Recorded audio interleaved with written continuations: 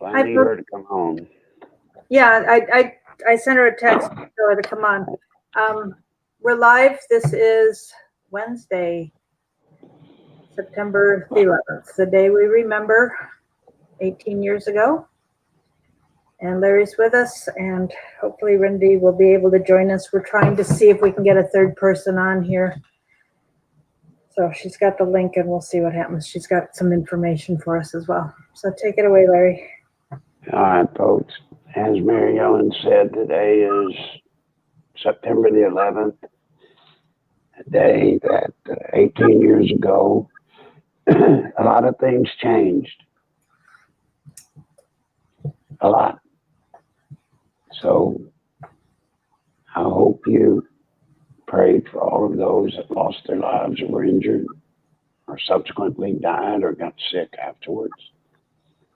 And especially for all those that have died in war trying to avenge that terrible deed.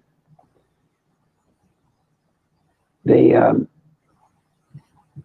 thing I wanted to talk about first for you is something that I saw last night that just about, when I think my stomach is so upset I can't get any sicker. I was watching, I guess it was Hannity for a second, and somehow I flipped the wrong button and I ended up on Lawrence O'Donnell on MSNBC. Lawrence O'Donnell on MSNBC. And here he was making the statement. Now I'm paraphrasing, but I'm getting the general vicinity of what he said. He was saying tonight there are publishers having meetings to figure out how much money they can give John Bolton for his up and coming book. And he said to Mr. Bolton, even though he probably wasn't talking to him direct, he was making sure it was understood that Mr. Bolton, as of now, your book would be worth a fortune and make you quite a wealthy person. But however, if you choose to wait about doing your book till after the election in 2020, basically it'll be worth nothing or little, very little. And then he went on to say, now, if you do the book and do it before the election of 2020, and you do as McManus and a few others have done, write a book, but you don't tell it all about Trump. You don't get into all the juicy stuff, my words. You don't get into all the juicy hurt Trump stuff. Then your book will be worth nothing. So bottom line, if you want to make $1 million or get millions, you need to write a juicy book about President Trump.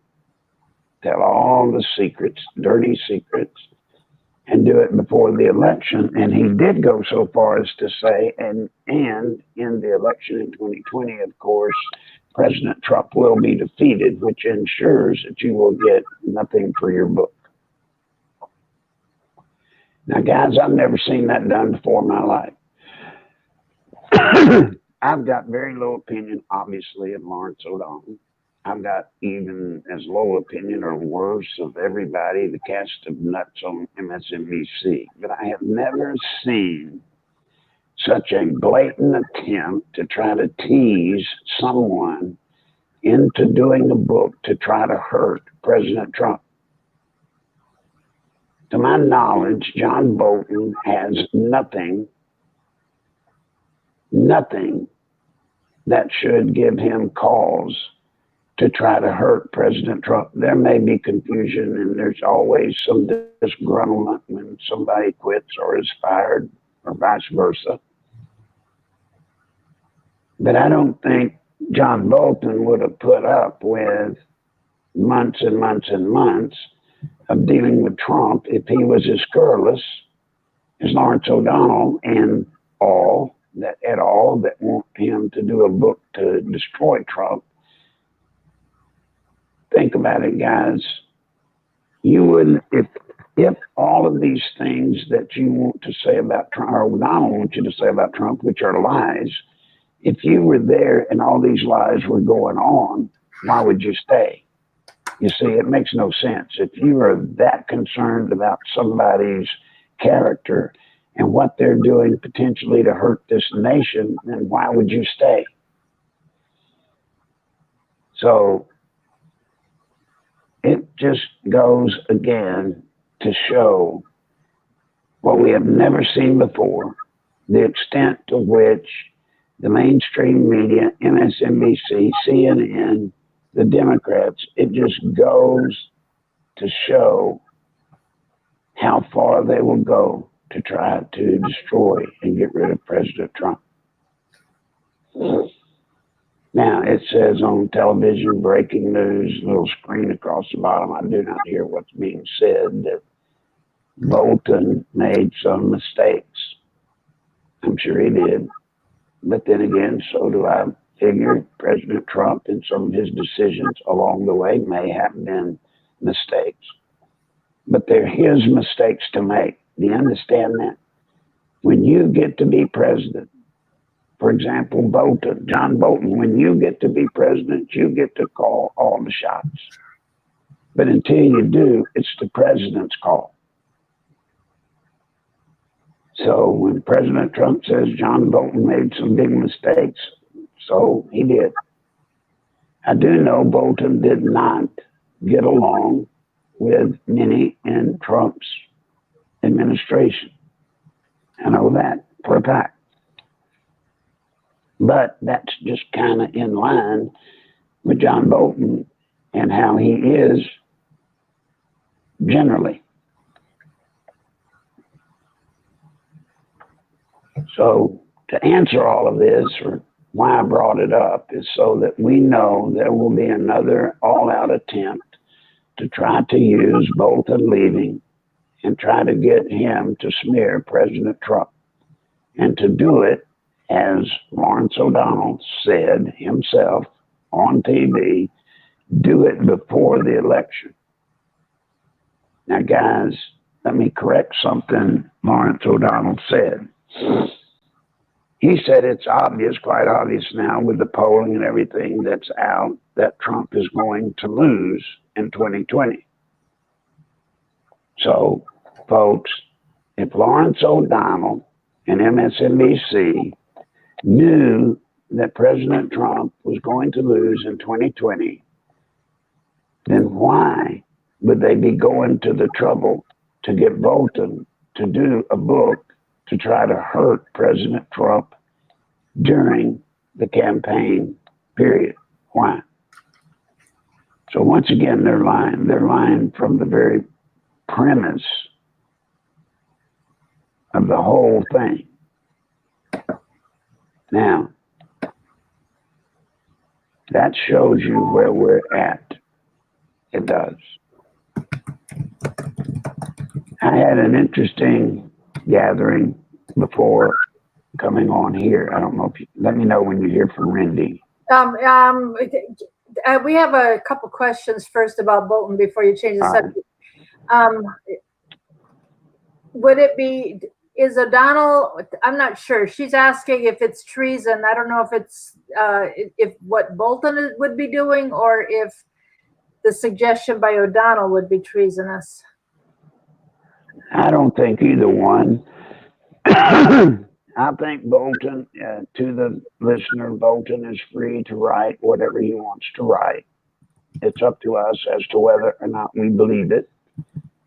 And unfortunately, once again, the media is within its rights to make this statement that they're making. It was not, the way they worded it was slick.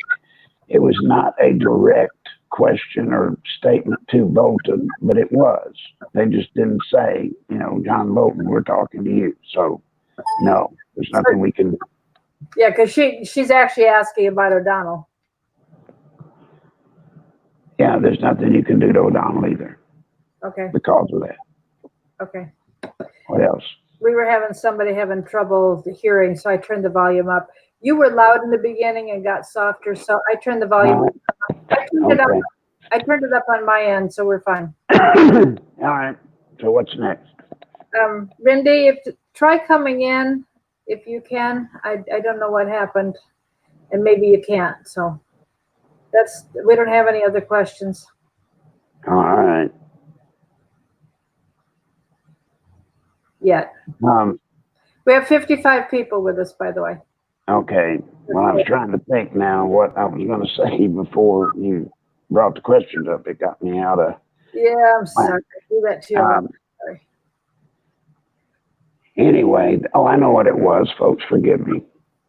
In a conversation I had prior to coming here to be on the program, the question was, and I don't think I have dealt with it enough of recent for y'all to know or to remember maybe. The question was, is it sure? Am I sure? Am I 100% positive, guaranteed that if Trump loses, that they are going to convert us to socialism? And if so, then how? And is there any evidence of such? And guys, the answer is yes. I have not brought it up, honestly, since President Trump has been president, because with him president, he will stop it. But if he's not president, he will not. Let me take you back to what I'm talking about. The thing that is laying there to transform our form of government, it is documented. It's laying in writing for the country to follow. The rules are there. And it has to do with the FEMA provisional government. FEMA provisional government. And what that does is it sets up, when it is invoked, basically what happens is the president becomes all powerful. He becomes like a king in the old 16th century European model. Under the king are your dukes, earls, etc. So under the FEMA provisional plan, the president is in charge of the country. Members of Congress, the Senate and the House, they are sent back to their home states and districts. And they become the federal government in their state and their districts. So if you want to talk to the federal government, that's who you go talk to. They're not even supposed to be allowed to have offices in Washington. Their offices must be in their home district and home state.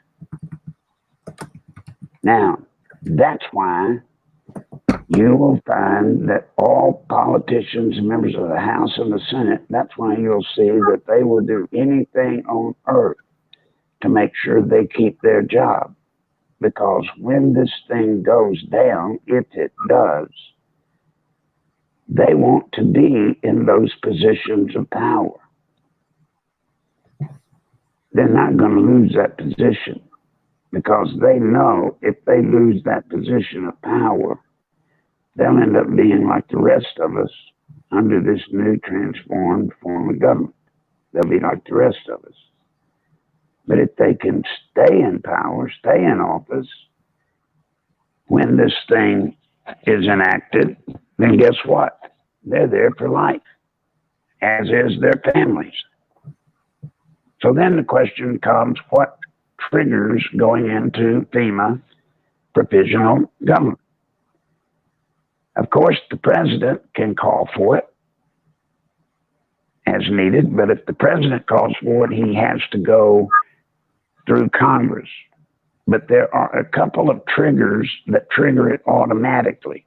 Number one would be a national emergency, like an earthquake that just destroyed half of America. That type of catastrophe would trigger it automatically. It's the next one that's the problem. If there are riots in 5 major cities at one time, 5 major riots in 5 major cities at one time, FEMA provisional government goes into effect automatically. So now imagine you've got Detroit, Baltimore, Chicago, Los Angeles, San Francisco. I mean, you've got just right there enough cities that if the riots were to start and take place and were controlled to the point that they had all of those cities go off at once, then FEMA provisionals set in without anybody having anything to do with it. Now, as long as President Trump obviously is president, even if one of the triggers were to take place, he could immediately call it off and would. President Trump has vowed that he would not use martial law unless absolutely the last resort. So that's how it will go down. Now, right after the election, if Trump loses, the Democrat wins, and if they take both houses of Congress, the Senate and the House, if they get control of both of those with the presidency, they may be able to simply use a financial crisis as a way to trigger taking all of the money away and still have the option to put in place the FEMA provisional government. It will totally be at their whim what they want to do, how they want to do it. But you can rest assured between 6 months to 1 year after the day they were sworn in January of 2021, if Trump loses, it'll be over. It will be over. Now, Mary Ellen, any word from Randy yet? It said I needed to add her, which is what Pastor Ernie had said, and she's not popping up like you do to add. And I had read just yesterday that we can add up to 5 people here, but it's not happening. So I do not understand. Here's something that says if I'm having issues, I can. All right, just do this. Can she call you on your cell phone and tell you what she found out from? She's here. She's here. She's here. Hey, Where are Randy. you? We've got her on video, so we've got both of her and.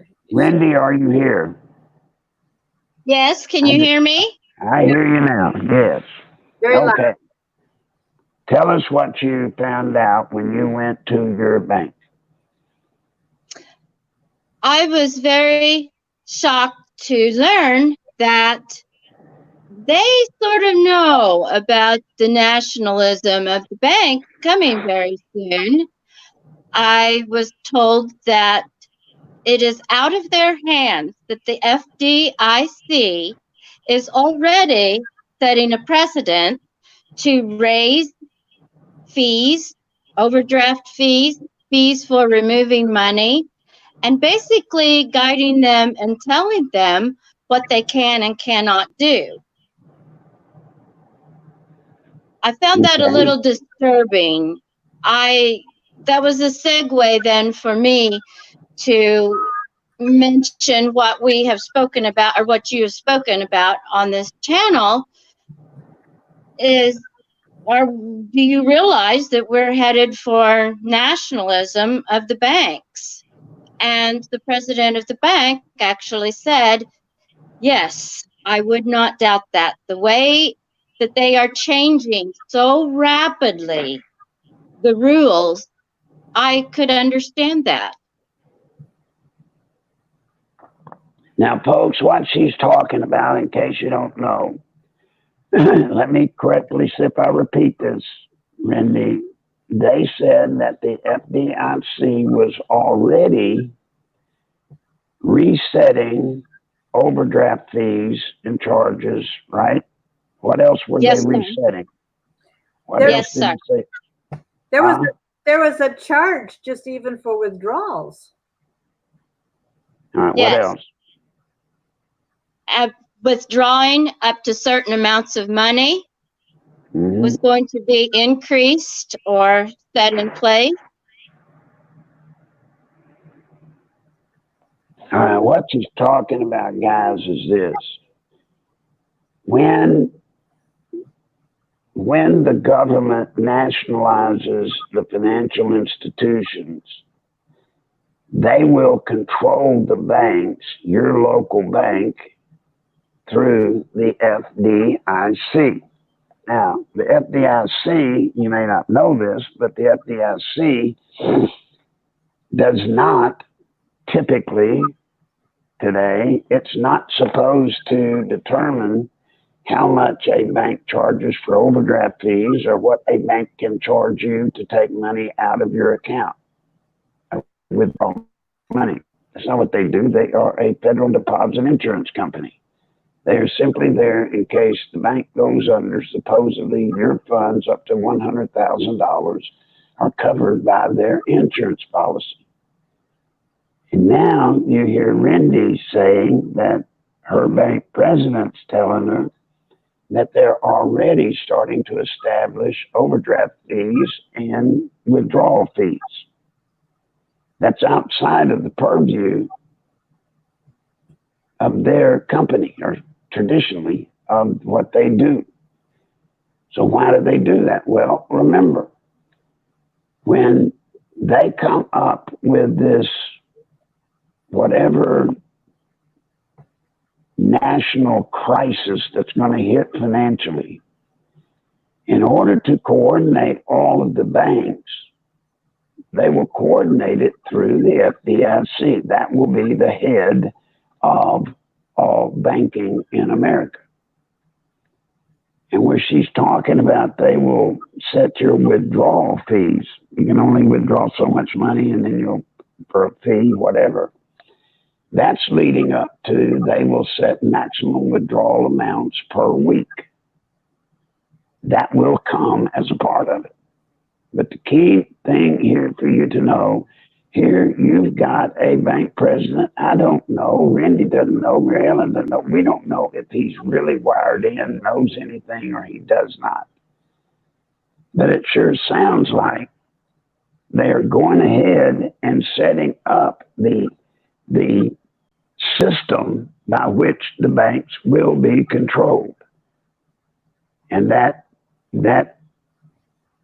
control of all financial institutions sounds like they're planning to use the FDIC to administer all bank laws when the banks go into this crisis, when they are nationalized. He actually said the words, "It will be taken out of our hands." Mm-hmm. That's spooky. Why did he say that? What prompted him to say it will actually be taken out of our hands? It was my questioning of why they were raising some of their fees, why were certain rules now being put into place, and he told me that it was because the FDIC was setting these new standards and it was to be taken out of the bank's hands. Not even he could have a say-so about it. Right. So there, folks, you see. Now, once again, we're not saying that bank president was right. We're not saying he's wrong. We're not saying anything other than Randy's repeating what, as best she can, he told her. I'm simply showing you how what he told her would apply to what happens when they nationalize the banks. When they nationalize the banks, you've got to understand all banks at that point fall under the management of the government. You got it? So if you've got a local bank, that's fine. But the local bank, once it goes into this crisis mode, they will not be managed locally. They'll be managed from a central place in Washington, D.C. And apparently they have decided to use the FDIC as that central management point. They're heading up the Department of Banking in this crisis. And isn't that great when everything comes under a national office to take care of us, just like the education system? Well, when they nationalized the financial institutions, guys, I cannot tell you enough about what that does to our country. That is step one in putting us in total submission, total submission. If you don't have money, if you don't have enough money to take care of your family, you're in trouble. And if you can't get the money to take care of your family, you're in trouble. So what happens then? We all become basically a welfare state. We all fall in line with the people that right at present, they live off the government. They have to take their stipend from the government. Well, that'll happen to all of us. We'll all have to live off a stipend from the government, regardless of how much money you had before it all fell and before it all changed. Now, this may sound far-fetched. I don't doubt it does to you. I don't doubt that half of you listening to me right now don't believe it. I can't help you. It's not my job to make you believe it. It's my job to tell you about it. You will determine. You're going to determine when you believe it. You're either going to start believing it now with the things that you see, the patterns that are unfolding right in front of your eyes, or you're going to believe it when it happens.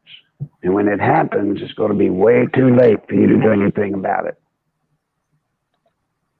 Now, the second thing that they will do, as I have told you, to put us into submission. Remember, they know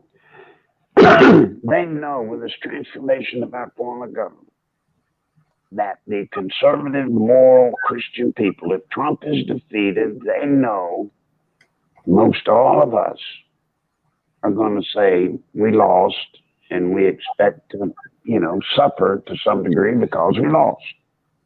We lost other campaigns. We've lost other elections. And there's going to be a moment in time when all of us are going to sit here numb, disappointed, brokenhearted, scared even, afraid of the future. But we're going to accept it for at least a period of time until we see what unfolds. Now, don't worry about the financial crisis and them taking over your account, because you're thinking right now, well, nobody will stand for that. Yes, you will. Yes, you will, because it's going to be prompted by a crisis in banking. And the way it's going to be put to you, which is actually going to be the truth, if you want any of your money out of the bank or out of your savings or out of your retirement package or whatever, if you want any of that stuff, the only way it's going to be safe is if the federal government takes it over. They're even going to say things like, the federal government should take it over and probably should have sooner. They're going to say stuff like that to just get you to believe that, golly, they don't want to, but it's the only way to save your money in your retirement funds. It's the only way, them taking over. And that will last for a while. But here's what they know. They know that they don't know how long half of this nation, us is who they're talking about, all of us, they don't know how long we will sit back and take it. How long? How long until some of the rules and the things that they start putting on us through the socialism, how many things are we going to have to be, how many things are we going to have done to us through socialism, the socialization of our nation? How many things are going to have to be done until we, all of us, say, look, we have no choice, we're rising up. They just don't know how long that will take. So here's what they're going to do.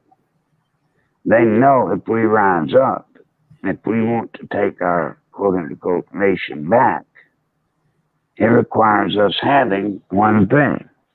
And y'all know what that is: guns. Now, I am not now advocating guns. I'm not now advocating, trying to storm the Capitol and take the country back. I'm not advocating that at all. But I am telling you one of the steps that they must follow, as they have in other countries where applicable, they have got to get control of the American gun owner population. And they want to do that by two means. One, they're going to go inside the Second Amendment. That's what all of this stuff with, they're going before Congress now to vote on new law legislation. Don't believe it, folks. Don't believe it. This is not new gun legislation. This is removing the Second Amendment. But they're removing it, as I've tried to tell y'all, from within. From within. And so they're going in and they're saying, I'm just making an example, they're saying assault rifles, banning assault rifles. The problem with banning assault rifles is the definition of an assault rifle. So let's say they start, as they usually do with their creepy programs where they creep in a little bit at a time.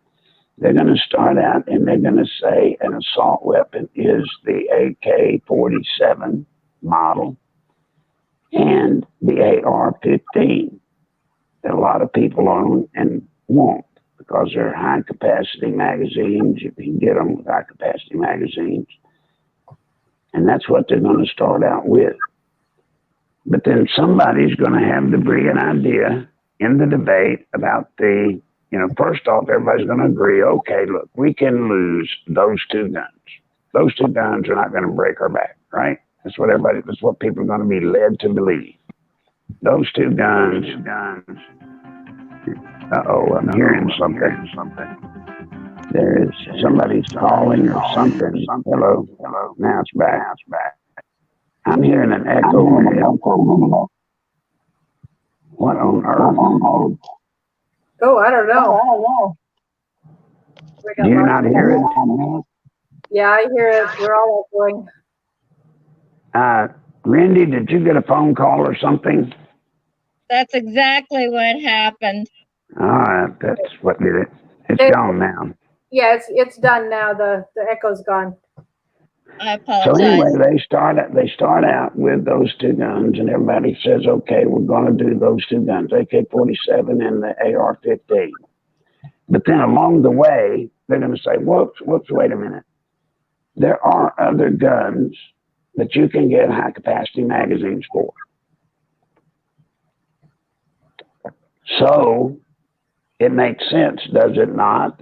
If the problem with an AK-47 or an AR-15 is not the bullet, it's not actually the gun, it's the fact that that gun can shoot 30 rounds and nothing flat, would it not be true then that any other type rifle that has a high-capacity magazine could do the same thing? So therefore, they would need to outlaw any weapon that can hold, or any rifle that can hold a high capacity magazine. So now those are going to be limited or excluded. But Larry, there are even handguns that. Well, that's what I'm fixing to say. Since you're dealing with high capacity magazines, and guess what? There are pistols. Most every semi-automatic pistol you can now get. Long magazines or extra magazine, rounds. So you got to eliminate those. So you see, once it starts with this creeping, it don't stop, guys. It don't stop. And they just keep on taking, and they keep on taking. And And then they get to the last thing they take, which is, even with the laws that they plan and are passing, even with those laws, guess what? You still have mass killings. Golly, figure that. Mhm. All the laws, all the banning AK-47s that you do, everything like that you do, guess what? You still have mass killings.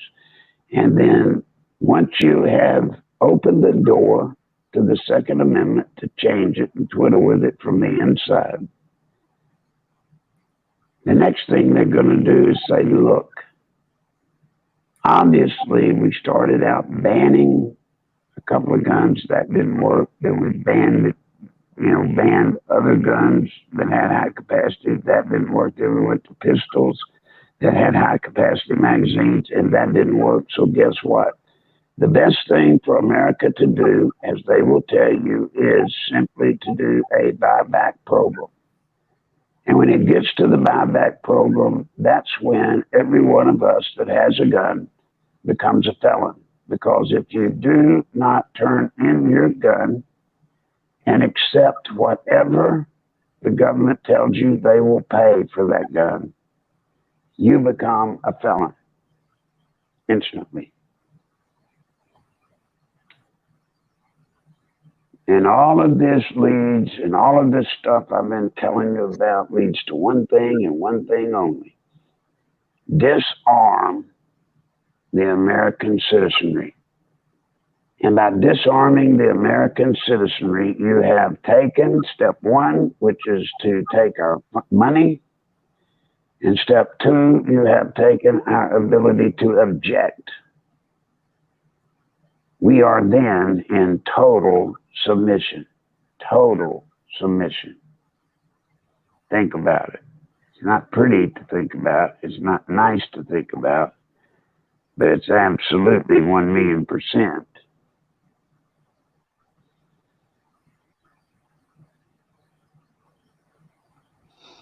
So the answer Hello, is, am I still here? Am I still here? Oh, I'm here now. Lord, I lost you for a minute too. Sorry. you're here.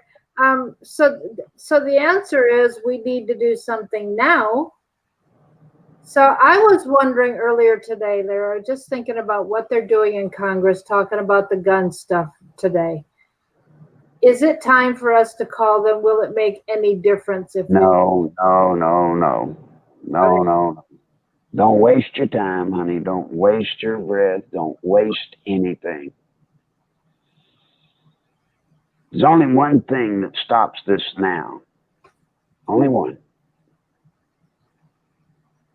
And that's to make sure President Trump wins re-election. Guys, the day of going to our congressmen and our senators and getting their attention, albeit right now they're the weakest. Right now they're running for office. So yes, right now they will be more apt to respond. But if you think about it, if we call 2 or 3, let's say Republicans, we're certainly not going to call them Democrats. If we call 2 or 3 Republican members of the House, it won't do a bit of good. The House is controlled right now by what? the Democrats? The Democrats. So let me ask you this. If we call our Republican senators, y'all, and let's say we get to them and we convince them because they're running right, so we scare them and we all call them and say, you better do this, that, or the other. And they do it because they control the Senate, right? What happens then before it can do anything? Gotta go to the House. Gotta go to the House. When it gets to the House, what's going to happen? Nothing. Right. Nothing. And even if we call a congressman and they say, hey, I'm not going to vote for any gun control, it won't matter because they don't have enough votes in the Right. House That's to right. change it. Don't you see it? We're stalemated.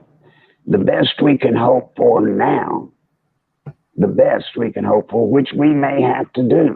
So I want to explain this one because it may sound like I'm speaking with a forked tongue. If we find out that the Senate is going along with the Democrats with some thing we can't tolerate in the way of gun law. Look, I have no problem. I don't like it, but I don't like it. But if they want to expand the background checks, whatever, fine. You know, if they want to make it a little bit harder, but if they start talking about red flag laws, it's over. And if they use trickery with expanding the background checks to where they're really another way to do red flag laws, then it's over there too. At that point, we don't call our senators and tell them not to support it.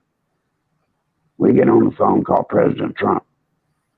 No matter what they pass in the House and the Senate, remember, no matter what they pass, it don't go nowhere if President Trump won't sign it. And guys, President Trump needs us to get reelected. And this is a case where we need President Trump to stand behind us and assure us that no matter what the cowards and the criminals in the Senate and the House do, Republican or Democrat, no matter what they do, he will stop it. That he will stop it. And that's what we have to do. And we have to remember, as much as he loved Ivanka, he understands that he and she stand quite on some of these issues. Mm-hmm. So is that very clear to everybody? I'm not trying to tell you not to take an interest in your government and don't get in touch and talk to your congressmen and senators. I'm not saying that at all. I'm saying it's not going to do you good. Do what you want, but that won't do any good.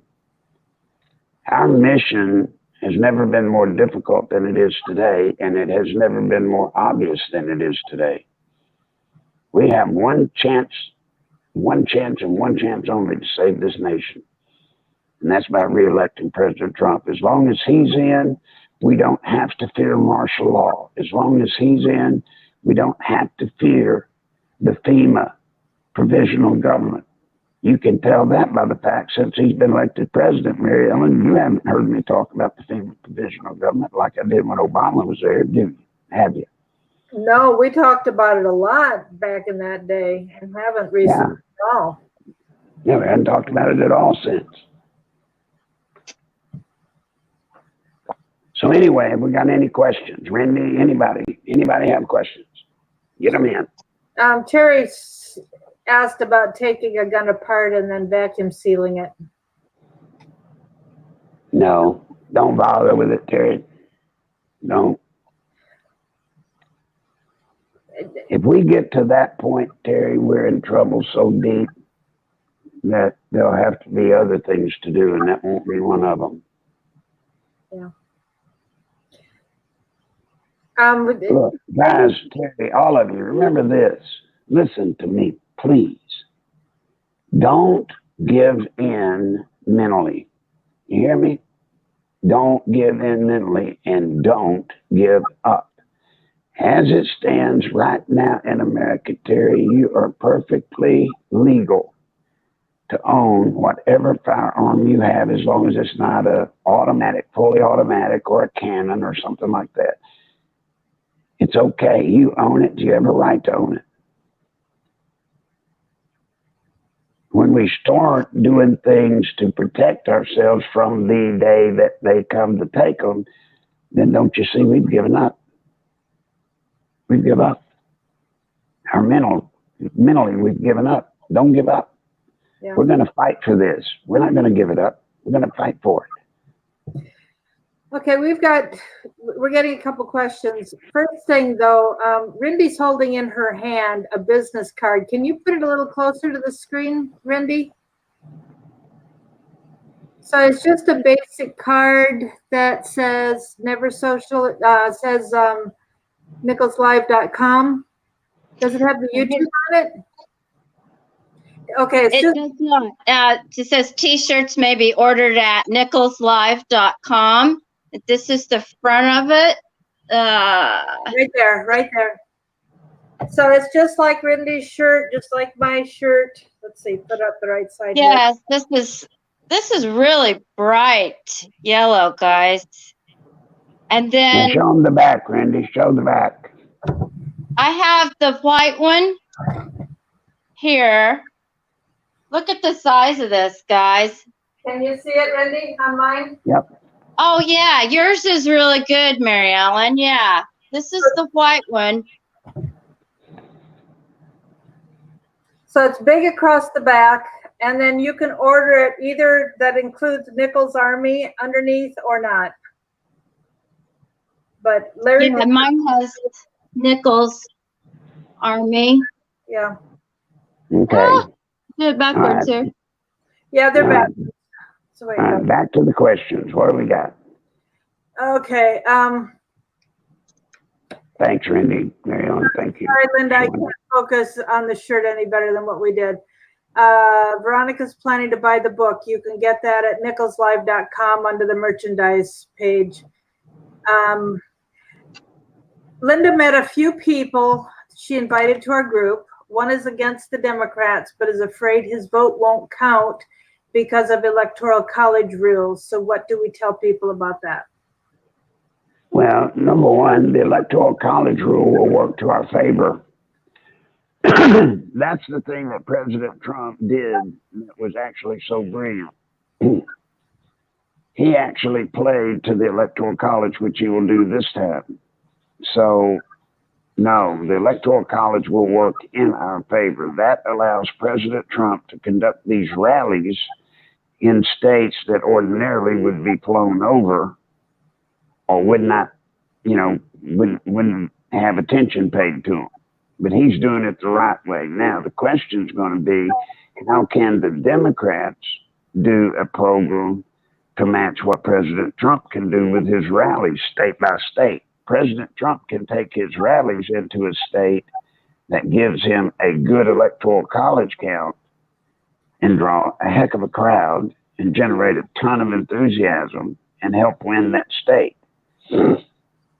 Democrats can't do that. They don't have the draw power. They don't have the celebrity power that Trump has. Now, I know some of you are worried that they're going to change the rules on the Electoral College. And I personally don't believe they'll be able to pull that off, although I've seen them do stuff I didn't believe they could do, so don't hold me to it. But I personally don't believe they will be able to do that prior to this election, not the Electoral College. What else, Mary Ellen? Somebody's still wondering where Epstein's body is. Veronica thinks this is a global fight. It says it does. Leroy says it doesn't matter who you vote for, just vote. Well, it does matter who you vote for. Well, I see his point. The point is we've got to tell people to get out and vote. We obviously want them to get out and vote for President Trump. Where I think Leroy might be right is when it comes down to senators and congressmen today, it's kind of ridiculous who you vote for because they're pretty much one and the same. They're all in the same pile. But we want everybody voting that we can get, and if nothing else, if they don't cast but one vote, it's got to be to reelect President Trump, or all is lost. All is lost. Okay, James, the one that we didn't get all his questions yesterday, he said, when Hillary and Obama attacked Bibles and guns, and Hillary branded all Christians as irredeemables, did she mean we could not be put into re-education camps or genocided through euthanasia? They won't do that. If they take over, don't worry, they will not re-educate us. They will mandate us. They will put it, when we're in submission, when a nation is in submission, you will not cross them. If you cross them, you will be put in jail. And if you are put in jail for what they consider to be a serious enough crime, which might be just speaking out of turn in a socialist country, they can kill you. Nothing anybody can do about it. See, it's hard for Americans to believe. It's hard for y'all listening to me now to understand this, because you can't imagine an America where this kind of stuff could go on. But if it goes, it will. If we turn to a socialist country, trust me, we will not be America anymore. None of the foundational principles, none of the things that we're used to will exist. What you got? Do you think the Democrats, Paul is asking, do you think the Democrats will retaliate against President Trump for Bolton's firing? No, they will support him for Bolton's firing. Now, these are the same Democrats that raised all kinds of Cain when they hired him. But now, all of a sudden, Bolton was the greatest guy on earth, and Trump will be chastised for getting rid of him.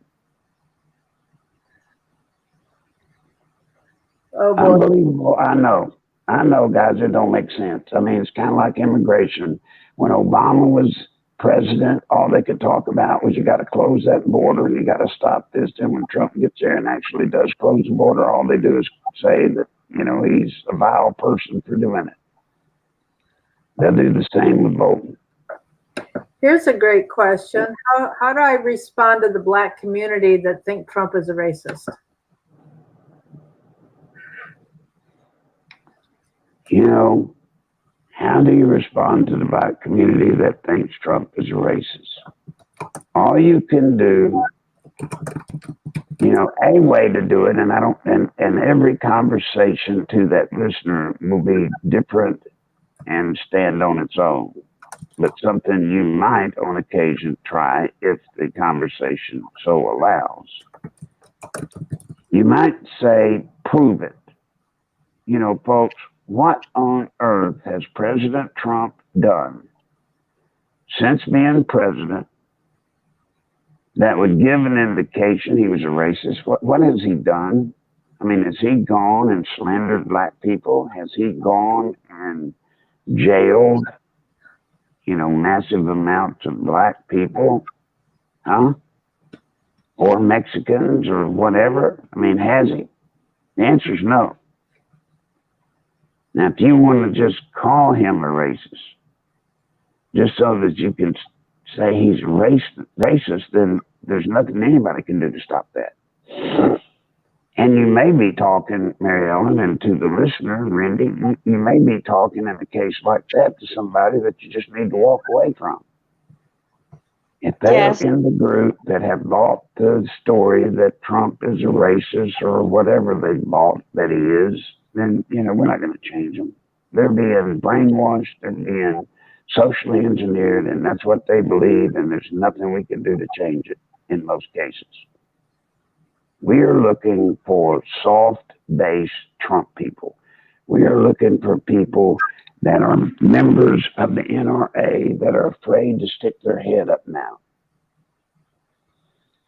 And I tell you what I would do, since Delta Airlines has refused to give the discount to the NRA members. Not that I'm for them or not giving a discount. I'm just saying because they did, that's a stand against us.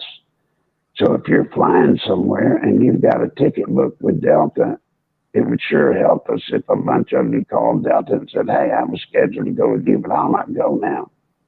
I'll fly with some other airlines. You know, they made that choice to get involved. They made the choice to get involved politically. And they shouldn't have. What you got, man? Why is President Trump silent on Julian Assange if they have the same enemies? That, I don't know.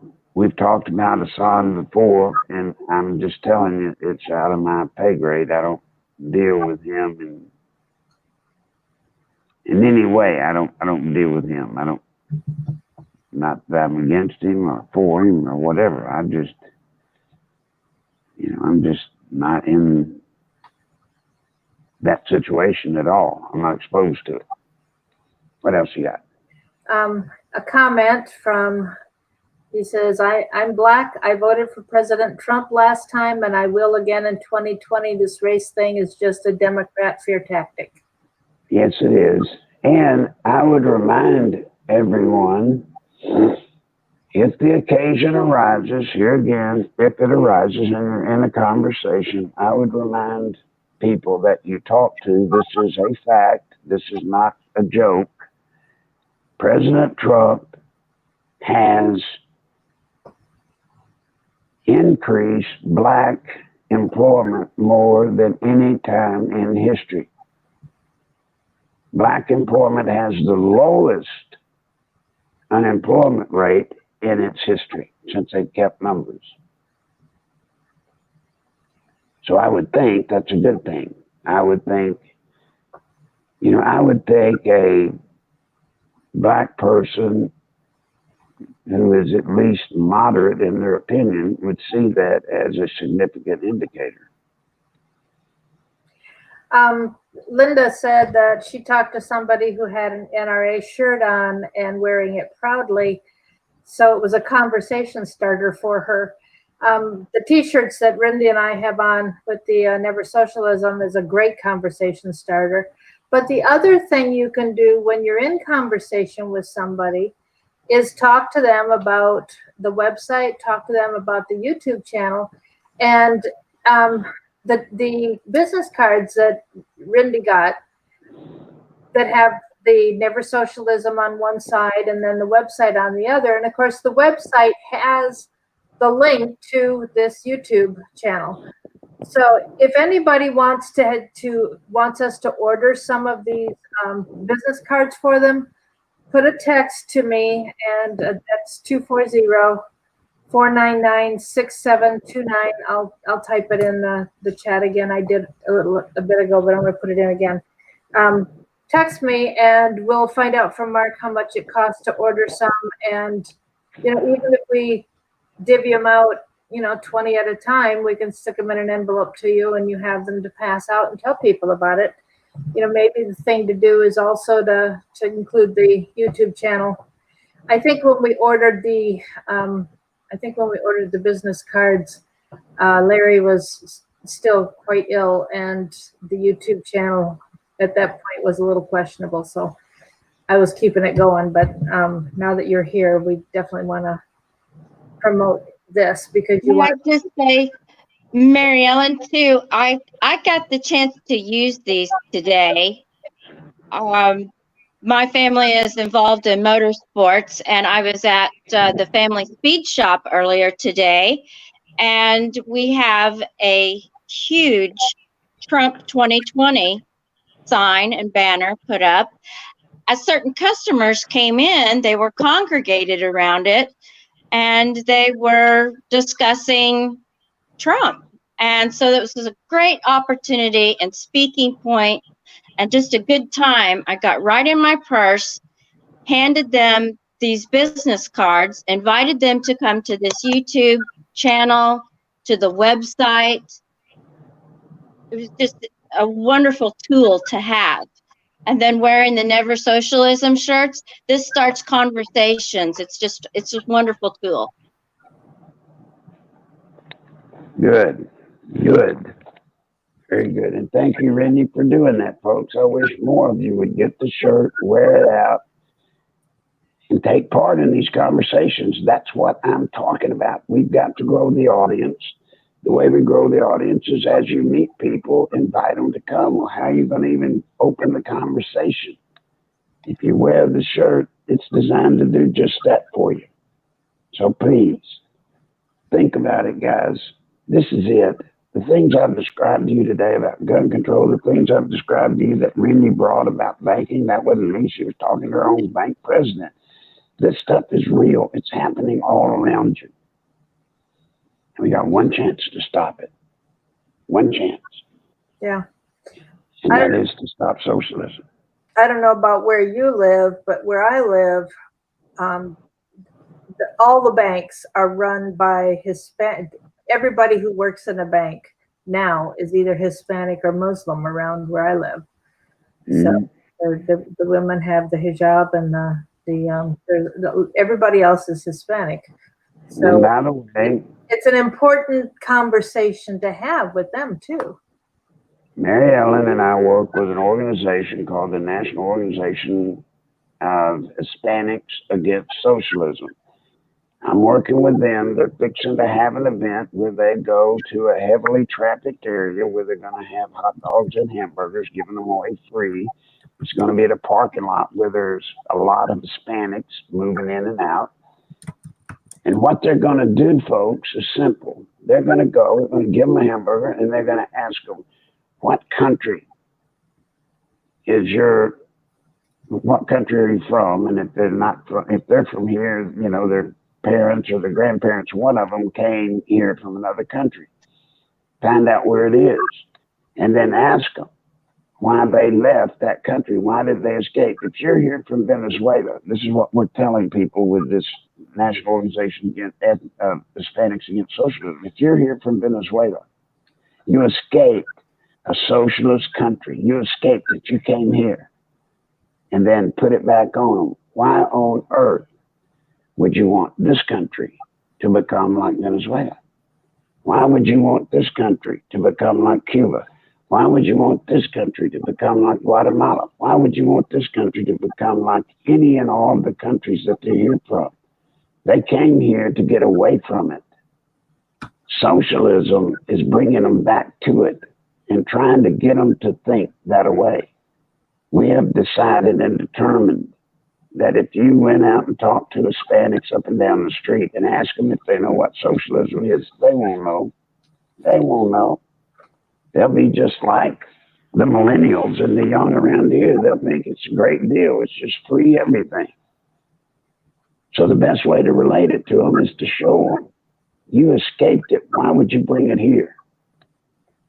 So we've got stuff going on, folks, stuff that you don't know about, things that are happening that you don't know about. We're working. We truly are. Anything else, Mary Ellen, before we go? Any other questions or comments? Yeah, people are concerned about your voice and needing a rest, but there is one from Paul. Do you think more evangelicals need to stand with President Trump and his policies? More evangelicals need to stand, period, but not with President Trump. They need to stand with Jesus Christ. They need to stand with God. God's pretty specific, and if you stand with God, then you do stand with President Trump in this way this country's run. Evangelicals are letting us down in droves, in droves. They should be the hub. They should be here talking to you about this, not me. They should be talking to their congregations about the things we talk about, not me. Them. Hell, they've got all the credibility. Supposedly, I don't. What else you got, Mary Ellen? Anything? One more. Are there Marxists in the Republican Party? Absolutely. Probably, let me put it this way, probably 60 to 80% of the Republican Party are 100% in with the progressives. You got it? 60 to 80% of the Republicans in Washington, D.C. are actually in with the progressives and the Democrats. Are they in with China as well? You betcha. You bet. That's what I thought. How do we prove it? Watch them. Watch what they do. Don't believe what they say. Watch what they do. You know, they've got a great pass right now. You'll notice a lot of our Republican congressmen and senators are getting by with a lot of stuff now. You know why? Because nothing. For example, Mitch McConnell is playing a dirty trick on us. Mitch McConnell is limiting what comes to the floor in the Senate to be voted on. Pelosi's doing the same thing in the House. So you see, if they restrict things hitting the floor so neither House has to vote, they're able to hide their true feelings. They're able to hide where they really are. If there was legislation coming across, you would see what they are. But think about it. By not having to vote on anything, the public don't know whether they're socialist or they're our guys. There's a reason why they're not letting votes go through, two of them. One, for the very reason I just told you, so that nobody has, during election time, nobody has to give up where they really are, what they really are. They don't have to because they're not having to vote. And then the other thing is to back up the transformation of our government to socialism. They're able to say, see, our system don't work anymore. We can't get anything done. It's got to be replaced with a more modern style of government. Anybody else, Mary Ellen? Dippity Doo says 28 years to nowhere, 4 exclamation points. I'm reading it now, 3 exclamation points, capital letters. Wow. Good. Thank you, Dippity Doo. All right, folks, with that, I guess it's time to say good day. If anybody wants to help us, keep us here, Mary Ellen will give our PayPal address and how to send. But with that, that's all we'll do. Just if you want to help us, please do. Okay. And that, Mary Ellen, Rendy, I'm out of here. Pretty worn out. Yeah. Thank you, Larry. Thank you very much. Thank Have a good you. day. Bless Thank you, you. Rendy. Thank you for coming on. All right. Bye-bye, y'all. Bye.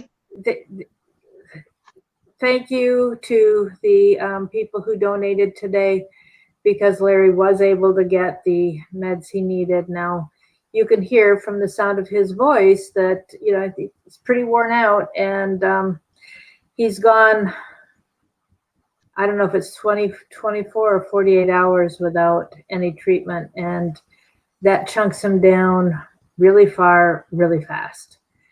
And that daily help is, is absolutely vital. So anything you can do, his PayPal account is nicholslive@aol.com, and the website with other choices. Rindy, while I'm talking about it, will you type in nicholslive@aol.com for me? Yes, I will. Or Sharon, if you're, yeah, thanks. Nicholslive@aol.com is the PayPal, and the website nicholslive.com has several ways to donate. You can do the PayPal. If you can't do PayPal, you can mail cash only. He cannot cash checks. He cannot cash money orders. He cannot cash certified checks, cashier's checks, none of that. He has no way to do that. There is a way to donate with a check if you need to do that, and you need to do that through by texting me. My contact information is on the website. I'm going to put my number in. Forgive me as I look down.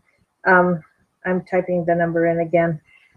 So if you are able to donate only with a check, you can send me a text message and I'll let you know how to do that.